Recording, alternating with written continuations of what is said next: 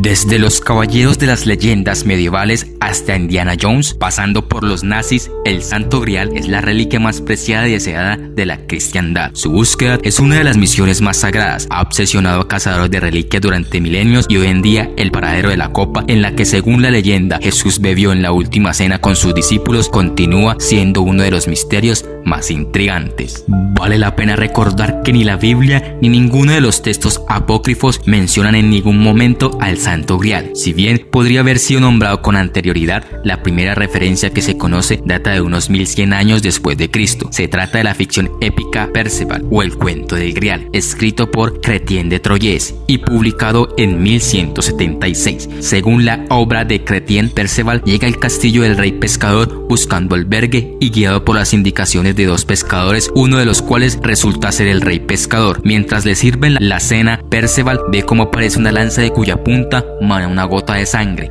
unos candelabros de oro, un grial que lleva una joven y que resplandece más que las velas y un plato de plata. No obstante, este grial no es descrito como una copa, sino como un plato más ancho que profundo. El grial era comúnmente una pieza de vajilla donde se servían ricos manjares. Estos tres objetos, así como el hecho de que Perceval no pregunte sobre su significado, están cargados de complejos simbolismos. La lanza representa la lanza sagrada, aquella que fue clavada en el cuerpo de Cristo en la cruz. El grial, la copa donde se recogió la sangre de Cristo crucificado, y el plato alude al que se utiliza para la Eucaristía. El Santo Grial es la copa que Jesús utilizó en la última cena, según el relato de la obra de Robert de Boron, Joseph de Arimanti del siglo XII. Según la historia de Boron, José de Arimatea es encarcelado por los judíos tras la muerte de Jesús. En la misma cárcel se le presenta a Cristo y le entrega el grial, en el que se había recogido su sangre. A la muerte de José, el cáliz pasa a su hijo Broni y luego a su sobrino Elaín. También hay otras variantes en las que se explican que José de Arimatea usó el cáliz para recoger la sangre de Cristo para llevarla a Britania y establecer una dinastía de guardianes que protegerían el Santo Grial y lo mantendrían alejado de sus persecutores. Fue así como se unió el concepto del Grial con la copa escrita por San Mateo. Sin embargo, la idea de una copa relacionada con la Eucaristía, que apareció en la crucifixión y que otorga propiedades sobrenaturales, parece ser la invención de un poeta, que luego sería adaptada a las aventuras del rey Arturo en el siglo XIII. Cuando tratamos de imaginarnos la escena de cómo sería el Santo Grial, lo hacemos pensando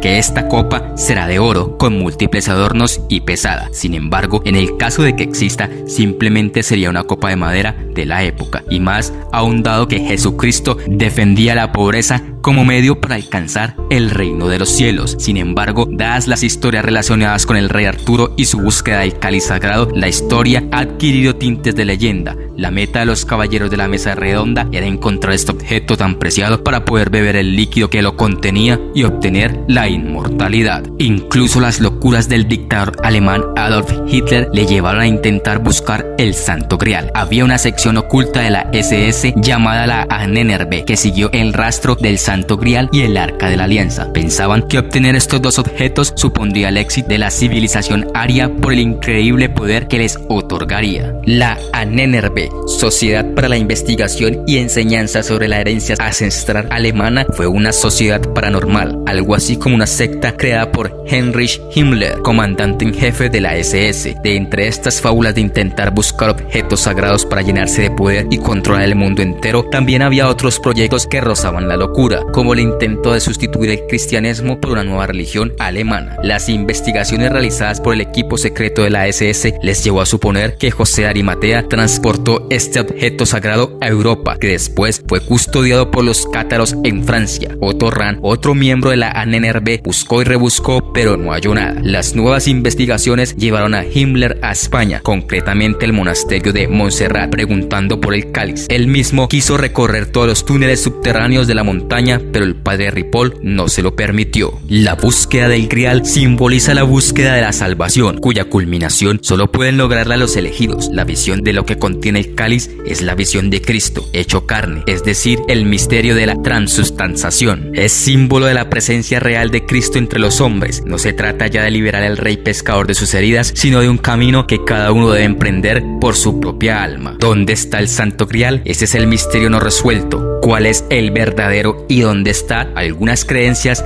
apuntan a que el verdadero Santo Grial es el cáliz de la Catedral de Valencia, que se encuentra en dicho recinto en España. Dicha catedral tiene una capilla llamada Capilla del Santo Cáliz de la Catedral de Valencia, y ahí hay un cáliz que la tradición aragonesa identifica como el Santo Grial original. Es una copa de calcedonia, piedra semipreciosa, y mide 7 centímetros de altura con 9,5 centímetros de diámetro. Se le añadió posteriormente un pie con asas. El arqueólogo Antonio Beltrán fechó la copa en torno al cambio de era en el siglo I. Los papas Juan Pablo II y Benedicto XVI usaron este cáliz en las eucaristías multitudinarias en sus visitas a Valencia, por lo que se dice que la iglesia de alguna forma acepta la autenticidad de esta reliquia, aunque no haya sido oficial.